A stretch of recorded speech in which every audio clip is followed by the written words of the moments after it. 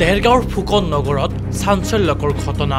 এগৰাকী বৃদ্ধা আৰু তেওঁৰ পুত্ৰক আক্ৰমণ কৰে জগত সোণোৱাল আৰু তেওঁৰ দুই পুত্ৰই। জগত সোণোৱাল নামৰ বিতৰ্কিত ব্যক্তিজনৰ বিৰুদ্ধে আগতেও আছে বিভিন্ন অভিযোগ। জানিব পৰা মতে ধন দাবী, ব্লেকমেইলিং আদি কৰি বহু পৰিয়ালক ধ্বংস কৰিলে জগত সোণোৱালে। ঘটনা অনুসৰি পিতা পুত্ৰসহ তিনিজন লোকৰ আক্ৰমণত আহত এহাল মাতৃপুত্ৰ। এইবাৰ পিতা পুত্ৰসহ তিনি লোকৰ আক্ৰমণৰ বলি ৮০ বছৰীয়া এগৰাকী বৃদ্ধা। আক্ৰমণকাৰী তিনি লোক ক্ৰমে জগত সোণোৱাল, শেখৰজ্যোতি সোণোৱাল আৰু পৰেশ সোণোৱাল।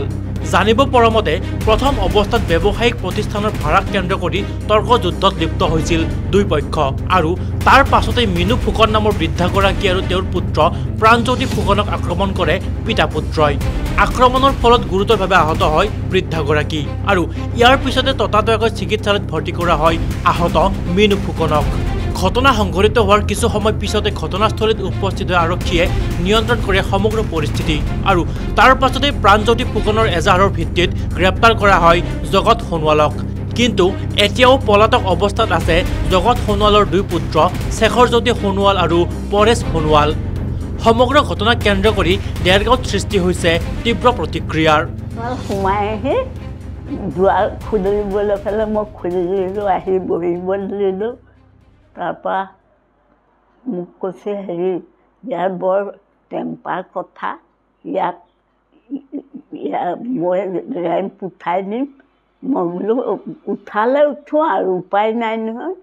তাৰপিছত সেই তাৰপৰা জগত সোণোৱালে খুব তাউকি দিলে, মাৰিবলৈ উঠি থিয় হৈছে। তাৰপৰা পুতেককেইটা দৌৰি আহি মোক গতিয়াই পেলাই ইয়াক একদম গতিয়াই এইখিনিত পেলাই।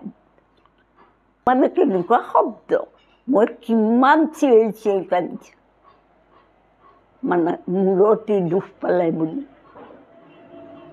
মই মাৰ্ডাৰ কৰিম কাউণ্টাৰ পৰা ঘূৰি আহোঁতে, চাই ল'ম বোলে। পুতেকহঁতৰ আগত কৈছে সেইখিনি।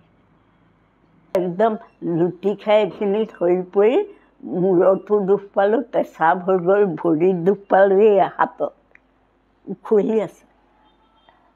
বয়স মোৰ ৮০ বছৰ। ভগৱানে তেওঁক ভালকৈ এটা ডাঙৰ বিপদত পেলক আৰু। মানুহ নাই দেই। ফুকন জগত সোণোৱাল, মই বোলে এক চাই ল'ম বোলে। পুতেকহঁতৰ আগত কৈছে সেইখিনিতে বোলে এক চাই ল'ম, ইয়াক কি কৰিম চাবি বোলে। কথা হ'ল আজি ৰাতিপুৱা ৯টামান বজাত মই শুই উঠি ব্ৰাছডাল লৈ পিছফালে মুখ ধুবলৈ যাওঁ। তেনেকুৱাতে আমাৰ ঘৰৰ কলিং বেলটো কোনোবাই টিপে। তাৰপৰা মা ওলাই আহে, দেখে জগত সোণোৱাল। তাৰপৰা মায়ে ভিতৰত বহিবলৈ দিয়ে, জগত সোণোৱালে মোৰ কথা সোধে। তেতিয়া মায়ে কয় যে সি মুখ ধুবলৈ গৈছে। তাৰপৰা মই পটাপট মুখখন ধুই আহি ভিতৰলৈ আহোঁ। তাৰপৰা তেওঁক দেখি পেলাই মই তেওঁৰ লগত কথা পাতোঁ। তেওঁ মোক উগ্ৰভাৱে মোৰ লগত কিছুমান কথা পাতে। তেওঁ কয় যে ৰেম্পটো মই এতিয়া উঠাই লৈ যাম। মই বোলো তেতিয়াহ'লে আপুনি উঠাই লৈ যাওক, কাৰণ আজিৰ পৰা ১ বছৰ আগতে এটা ৰেম্প মই খুলিছিলোঁ, ৰেম্পটো তেওঁক ভাড়া দিছিলোঁ। ভাড়া বঢ়াই দিব তেওঁ নোৱাৰোঁ বুলি কোৱাৰ কাৰণে তেওঁ ৰেম্পটো ভাঙি চিঙি পেলাম বুলি কয়। তাৰপৰা আজি ৰাতিপুৱা পুতেকহঁতক লৈ আহিছে মোক মাৰপিট কৰিবলৈ। তাৰপৰা তেওঁ এডাল ৰেঞ্চেৰে মোক লৈ আহে মূৰত মাৰিবলৈ। তেনেকুৱাতে মই ধৰি লওঁ। তাৰপৰা পুতেক দুটা ভিতৰলৈ সোমাই আহে। প্ৰথমতে মোৰ মাক মাৰপিট কৰে, তাৰপিছত মোক দৰ্জাত গতিয়াই বুকুত মাৰে। তেখেতৰ পৰিচয় মানে তেখেতৰ নাম জগত সোণোৱাল। তেখেতে ব্লেকমেইলাৰ সাংবাদিক দেৰগাঁৱৰ জগত সোণোৱাল। মানে তেওঁ মোক মাহেকে ৫,০০০ টকা দিছিলে ৰেম্পটো ভাড়া, আৰু মাটিটুকুৰা তেওঁৰ নামত লিখি দিব লাগে। মোৰ ঘৰৰ আগফালৰ মাটিটুকুৰা মানে ২০ বছৰ এটা এগ্ৰিমেণ্ট কৰিম বুলি কৈছিলে তেওঁ, আৰু মই সেইটো কৰিব নোৱাৰোঁ বুলি ক'লোঁ। আৰু ৰেম্পটো ভাড়া তেওঁ মোক মাহেকে ৫,০০০ টকা দিছিলে। মই বহাবলৈ ক'লোঁ, তেওঁ বহাব নোৱাৰোঁ বুলি কৈছে। সেইটোৰ পৰা লৈ পেলাই আজি মোৰ লগত কাজিয়া মাৰপিট কৰে। একো নাই, কোনো এগ্ৰিমেণ্ট নাই। ৰাতি কাউণ্টাৰৰ পৰা মোৰ দেৰগাঁও চাৰিআলিতে মোৰ এটা বাছৰ কাউণ্টাৰ আছে। কাউণ্টাৰৰ পৰা অহাৰ পিছত তেওঁ মোক প্ৰাণে মৰা ভাবুকি দিছে। তেওঁ পুতেকহঁতৰ আগত মোৰ মাৰ সন্মুখত লৈ পেলাই কৈ থৈ যায় যে ইয়াক খুব সোনকালে শেষ কৰিম বোলে। মোক ন্যায় লাগে আৰু কি বিচাৰিম মই, মোক ন্যায় লাগে। ৰাতিপুৱা ৯টামান বজাত মোৰ ঘৰৰ কলিং বেল টিপে জগত সোণোৱাল বোলা সেই মানুহজনে। তাৰপৰা মায়ে দৰ্জাখন খুলি দিয়ে, ভিতৰত বহিব দিয়ে। মই ব্ৰাছ কৰি আহি ভিতৰত সোমাওঁ, দেখোঁ জগত সোণোৱাল। তাৰপৰা মই সুধিলোঁ কি হ'ল আপোনাৰ? তেতিয়া তেওঁ মোৰ লগত তৰ্কাতৰ্কি কৰে। তেওঁ কয় ৰেম্পটোৰ ভাড়া মই বঢ়াই দিব নোৱাৰোঁ, গতিকে ৰেম্পটো মই উঠাই লৈ যাম। মই বোলো আপুনি ভাঙে উঠাই লৈ যায় আপোনাৰ কথা, কাৰণ ৰেম্পটো মোৰ মাটিত আছে।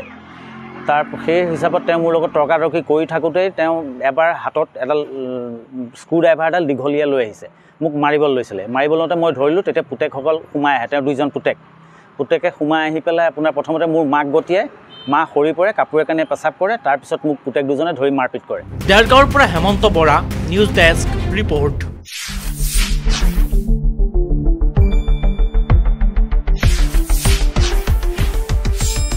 শুদ্ধ আৰু বিস্তৃত বাতৰিৰ বাবে চাই থাকক নিউজ ডেস্ক ৰিপৰ্ট